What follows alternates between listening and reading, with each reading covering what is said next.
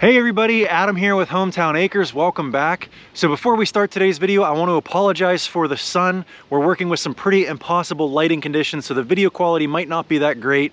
And you know, it's funny, it's actually a beautiful day out here today, clear blue skies, sunny, about 40 degrees. And normally if I didn't have a video camera out here, this would be perfect. But as a YouTuber, I have learned to detest the sun because it ruins good video footage. But anyway, what we have planned today is today's gonna be a sawmilling day. If you've been following the channel for a little while, you know that we are moving our firewood yard, and a part of the firewood yard now is our sawmill yard. So we're trying to process through all the logs that we have here for firewood, all the logs here we have for the sawmill, and it's just gonna be easier because we're already set up here to use the log splitter, the firewood processor, the sawmill. So we're gonna burn through all the logs we have sitting here, and then once we get through all the material we have, we'll move everything down to the new firewood yard. So let me show you what we got going on.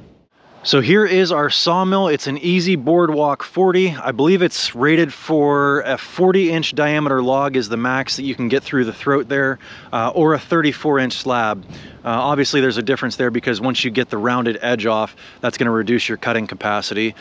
We've got our Coyote tractor with our brute force log grapple. And then here is the pile of logs that I set aside for the sawmill. So I'm gonna kind of let the logs do the talking today on what I'm milling, whether I'm doing live edge slabs or dimensional lumber. Like these two here, these are both hard maple and they've got a lot of knots in them. So I don't think they're gonna be good for dimensional lumber, but they'll be really nice for live edge slabs because all those crotches are gonna give us some really nice figure within the wood. This one here, you know, it's a big log, but it's not very long. It's probably only 4 foot long. So obviously that one's gonna be live edge slabs as well. Might be able to get some, you know, cutting board material or some shelving out of that. And then some of these other ones, like this one here, obviously when I put this in the sawmill pile, I did not see this end. The other end must look good because I put it here, but that one, it's hollow, looks like all the way up through. So once I get these two milled up here, that one's probably gonna get moved over to the firewood pile.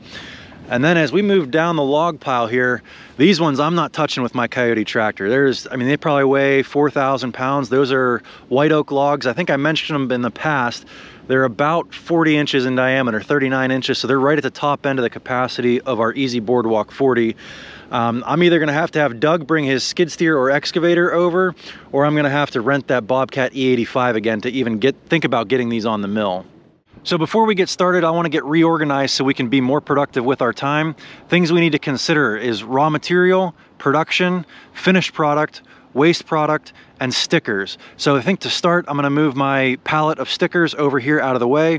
I'll set up my blocking so I can pull my live edge slabs right off the mill, set them on the blocking. Then I can pull my stickers from right here and start creating layers to create my bunk. That way, once the bunk is full, I can go ahead and grab my pallet forks on the tractor and get right underneath it, pick it up, move it, and make room for a whole nother bunk. Now for my waste product, all the slabs that come off, I'll have the tractor parked right here with the grapple wide open. I'll be able to just take those slabs, pull them off the mill, set them on the grapple. Once the grapple's full, I can take that away and dispose of it. So through the power of YouTube editing, I'm gonna get set up right now. And just like that, we are all set up. We've got our stickers moved over here. We've got our blocking set up for our outflow of finished product live edge slabs. And we've got our grapple set up here for our waste product that will eventually get turned into firewood. Let's go ahead and get this first log on.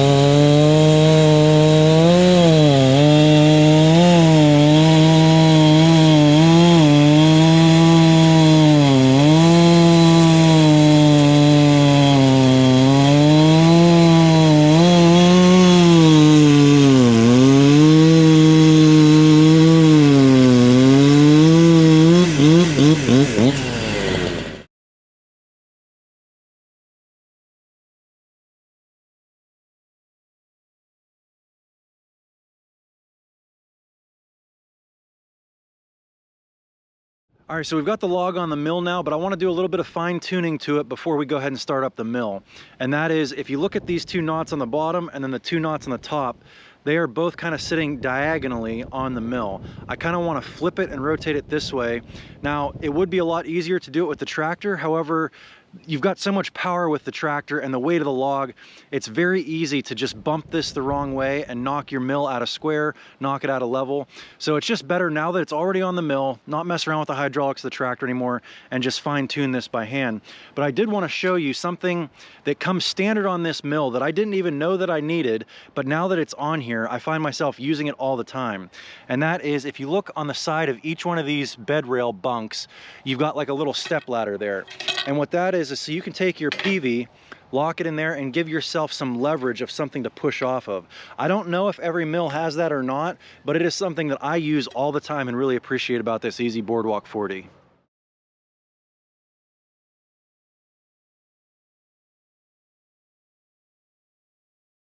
Now I did have to do a little bit of additional prep work to get this log ready to go.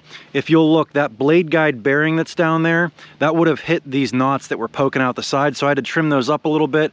I had to shift the log over just a hair, and then because I moved the log over a little bit, I had to add some shims to our log clamps here. But now we've got the log clamp down, we're ready to go ahead and make our first cut, pull that slab off, throw it on the grapple of the tractor, and let's see what the inside of this maple looks like.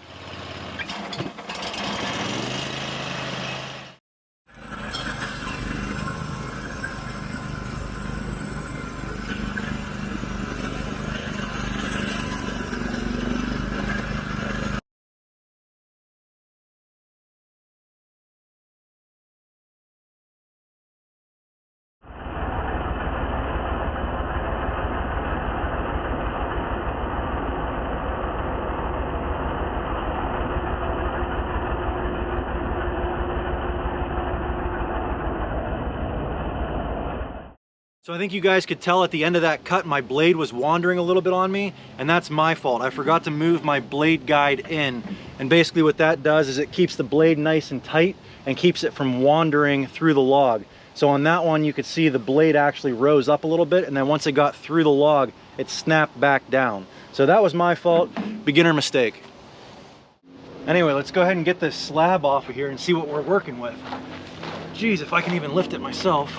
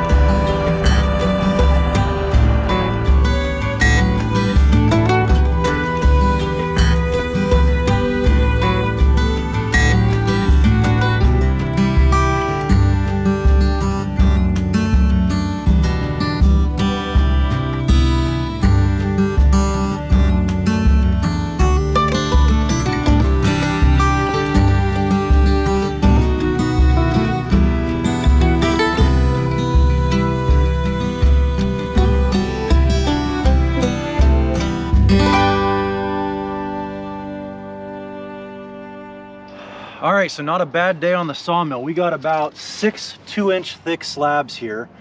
I don't know quite what I'm going to use them for yet, so if anybody out there is interested in buying these, I don't know how much I want for them, but make me an offer. I probably won't sell them too terribly expensive. But like this slab right here is 18 inches at the very narrowest. Down here where it's a little bit thicker and a full slab is 21 inches. Probably if you were going to use these, you'd probably want to be doing like an epoxy table or something and filling in this crack here, or this split in between the two trunks. But right here is about 25 inches. So yeah, I've got 6 slabs here. I don't even know how much they'd be worth. We've got an email address in our description, hometownacres@outlook.com. If you guys are interested, let me know. One more thing I've been meaning to mention to you guys with the holidays coming up. If you're like me and people ask you, what do you want for Christmas? I never know what to tell them because I usually just go out and buy whatever I need at that moment. But if you're like me and you don't know what to tell people, I've been compiling our Amazon store for the last 3 years of products that we use pretty regularly here on the channel, and I think it'd be worth going to take a look. Now, it does help support the channel. We get a small commission, but the good news is it doesn't cost you anything extra. So if you've been looking for a way to support the channel and not actually, make a donation to us in any way, just by going to check out that link, and if there's anything in there that catches your eye, I greatly appreciate it if you tell somebody that's shopping for you for Christmas that that's something you want. Anyway, if you guys enjoyed this video, give us a big thumbs up, click that subscribe button, and we'll catch you on the next one. Thanks for watching.